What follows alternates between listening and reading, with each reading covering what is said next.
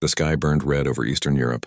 Strange clouds swirled like fire, glowing from the light of alien warships. For weeks, people had watched the stars fall. But those were not stars.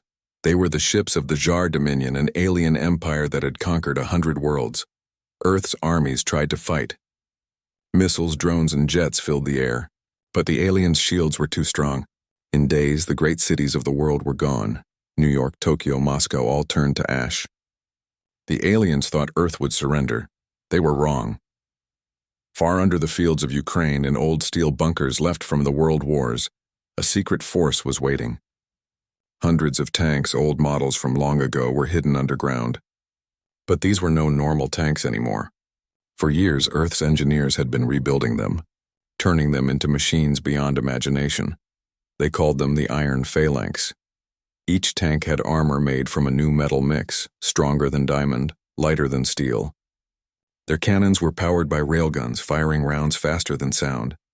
And deep inside, their computers learned and thought like human minds. They were the last hope of Earth. Colonel Mara Jensen stood in the command room, her hands on a table covered with digital maps.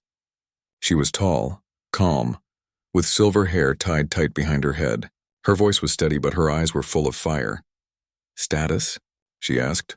Her officer replied, "The aliens have landed 50 kilometers east. Thousands of walkers, plasma tanks, and hover troops." Mara nodded. "Then we go to war." Outside, the ground shook as the bunkers opened. Massive doors of concrete slid apart. From the darkness, the tanks rolled out one by one, like metal beasts awakening after a long sleep. Their names were painted on their sides: Titan 1, Iron Rain, Thunderchild, Valkyrie. Their engines roared. Blue sparks ran down their railgun barrels. The earth trembled under their treads. Above them, alien drones flew low, scanning the ground. The drones saw the tanks and sent a message back to their commanders. Primitive ground vehicles detected. No threat. That was their first mistake. The Jar army came in perfect lines. Their machines floated on anti-gravity pads, sleek and silver. They believed ground warfare was ancient history. They fought with plasma beams and lightning weapons. Colonel Jensen waited for them to come closer. Her tank, Titan 1, was positioned behind a hill. Around her, the Iron Phalanx waited in silence. The air was hot and dry, filled with the hum of alien engines. "Range 2 kilometers, said her gunner. "Fire." The first railgun shot cracked like thunder. A glowing round shot across the sky, breaking the sound barrier. It hit the lead alien walker, a huge machine with 6 legs and a plasma cannon. The round went through its shield like glass and exploded inside its core. The walker vanished in a blue fireball. "Target down," the gunner shouted. The second shot followed. Then the third. In seconds, the quiet field turned into chaos. The alien formation broke as tank shells tore through their ranks. Alien plasma beams struck back, but the new Earth armor held firm. Plasma splashed off like rain on stone. The tanks moved in pairs, fast and silent, using smoke screens and terrain. Inside the command tank, Jensen smiled for the first time in days. "They think they can fight from the air," she said. "Let's show them how Earth fights from the ground." The Iron Phalanx spread out. Dozens of tanks disappeared into the fog of war. They used old human tactics, flanking, ambushing, hitting supply lines. The aliens had never faced anything like it. The Jar's battle computers couldn't predict human unpredictability. They expected patterns, logic, cold calculation, but the humans fought with something else: instinct, courage, anger. As night fell, the battlefield glowed with fire. Alien machines burned in every direction. Their floating tanks crashed into the ground, their shields failing under the endless rain of railgun fire. In the middle of the chaos, one alien commander, Jacques Vore, stood watching from his hovering platform. He had never seen defeat. His species had crushed planets with ease. Now he watched as his army struggled against ancient machines running on tracks. "This is impossible," he hissed. "They use wheels?" An officer beside him trembled. "The humans have modified their weapons, my lord." Jacques Vore raised his claw. "No weapon of dirt can defeat the Dominion. Send everything. Burn the planet." The next wave came at dawn. Giant alien war machines, taller than buildings, stepped onto the field. Each had cannons that could melt steel in seconds. Colonel Jensen stood on her tank, staring at them through binoculars. "They brought the big ones," she said softly. Her crew waited for orders. She took a deep breath. We hit their legs. Bring them down. The tanks advanced together. They fired in rhythm, boom, boom, boom. Each round hit a weak point. Sparks filled the air. The alien giants stumbled, collapsing one by one. When they fell, the ground shook like an earthquake. In one explosion, an alien walker fell on a hill, crushing its own troops. Another toppled into a river, steam rising as its plasma core burst. From orbit, the alien commanders watched in disbelief. Their invasion plan was falling apart. Hours later, silence returned to the field. Smoke drifted over burned ground. Wrecks of alien machines lay scattered for miles. The iron phalanx rolled through the ruins, their treads black with ash. Jensen opened her radio. "Report. All units functional," replied her second-in-command. "We lost 10 tanks. They lost everything." She looked around at the battlefield, still glowing red under the setting sun. "Then we hold the line," she said, "until the last breath." That night, the survivors of the iron phalanx gathered near a destroyed village. The soldiers were tired but smiling. They shared water and food, sitting on the armor of their tanks. Someone started playing music from an old speaker, an old Earth song, soft and brave. Jensen listened quietly. "They came thinking we were weak," she said to her crew. "They thought humans forgot how to fight." Her gunner grinned. "Guess we reminded them." But far above Earth, in orbit, the war was not over. The Jar flagship circled the planet, its lights glowing like a second sun. Inside, Commander Jacques Vors stared at his generals. "You have failed me," he said in a cold metallic voice. "Destroy what remains. I want that continent gone." One of the generals hesitated. "But the ground, our troops—" "Do it!" Moments later, massive plasma cannons began to charge. The flagship's weapons pointed toward the surface. Energy gathered like a storm. Back on Earth, Jensen's radar officer looked up. "Colonel," he said quietly, "they're preparing orbital strike." Jensen clenched her fists. "They'll burn the planet just to win." The officer looked at her. "What do we do?" Jensen looked at her crew. Her face was calm, her voice steady. "We fight. We always fight." She opened the comm link to all surviving units. "Iron Phalanx, this is Colonel Jensen. They think this planet belongs to them. They think they can erase us, but this is our home. Every stone, every drop of soil, every tank, we defend it." Her words echoed through the network. Soldiers cheered. Engines roared. The tanks moved again, spreading out, preparing for the next strike. "Let's make them remember Earth," she said. As the first plasma beams fell from the sky, the iron phalanx fired back, not at the ground but at the heavens. Their railguns shot straight upward, slamming into orbiting ships. 1, 2, 3 alien vessels exploded, lighting up the night like fireworks. The aliens tried to block the attack, but Earth's tanks had found their rhythm. They fired in perfect timing, each shot cutting through energy shields. And then through the smoke and fire, Titan 1, Jensen's tank, stood like a mountain. Her crew loaded one final round, a heavy slug made of compressed tungsten. "Target locked," her gunner said. "Fire," Jensen ordered. The shot tore through the atmosphere, glowing like a shooting star. Seconds later, in orbit, it hit the main cannon of the Jar flagship. The explosion was so bright it turned night into day. The alien strike stopped. The sky went quiet. For a long time, nobody spoke. The soldiers just watched as burning debris rained down from space. The battle was over, at least for now. Jensen finally sat down on the tank's hull, covered in dust and smoke. Her radio crackled. "Colonel, the aliens are retreating," she smiled faintly.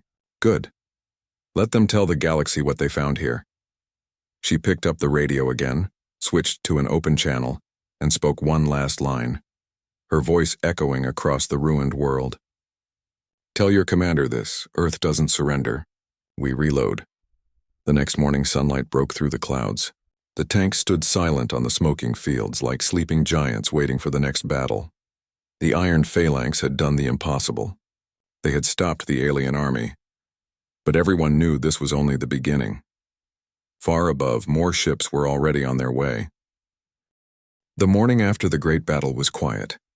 The smoke still rose from the fields where the iron phalanx had destroyed the Jar army. The sky was pale gray, full of drifting ash. Dead alien machines lay everywhere, burnt metal, melted armor, glowing blue fires still burning in their cores. Colonel Mara Jensen stood on top of her tank Titan 1.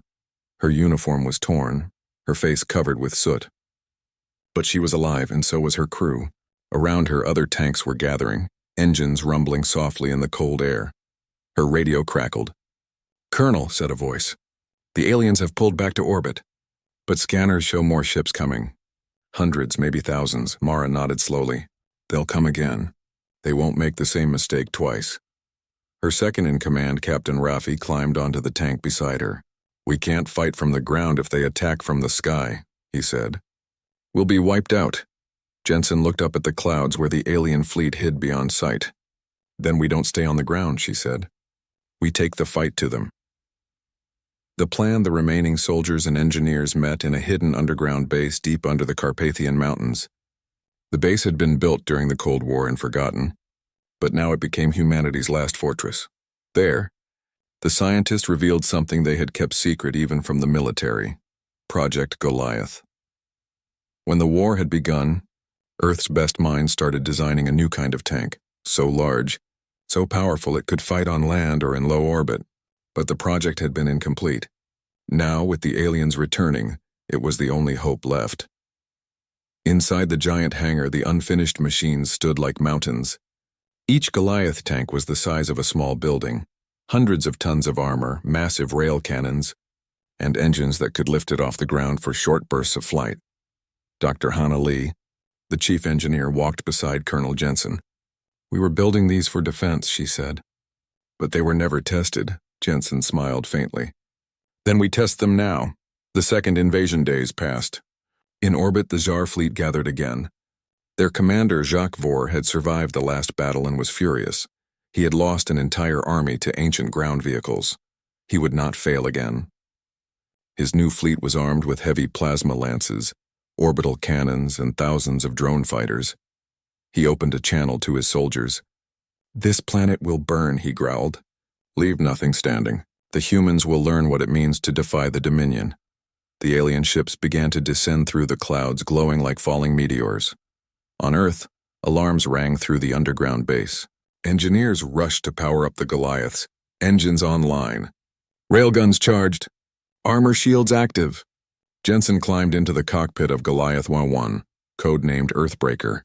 The controls hummed with power beneath her hands. The tank systems came alive, and for a moment she could feel its strength like a heartbeat.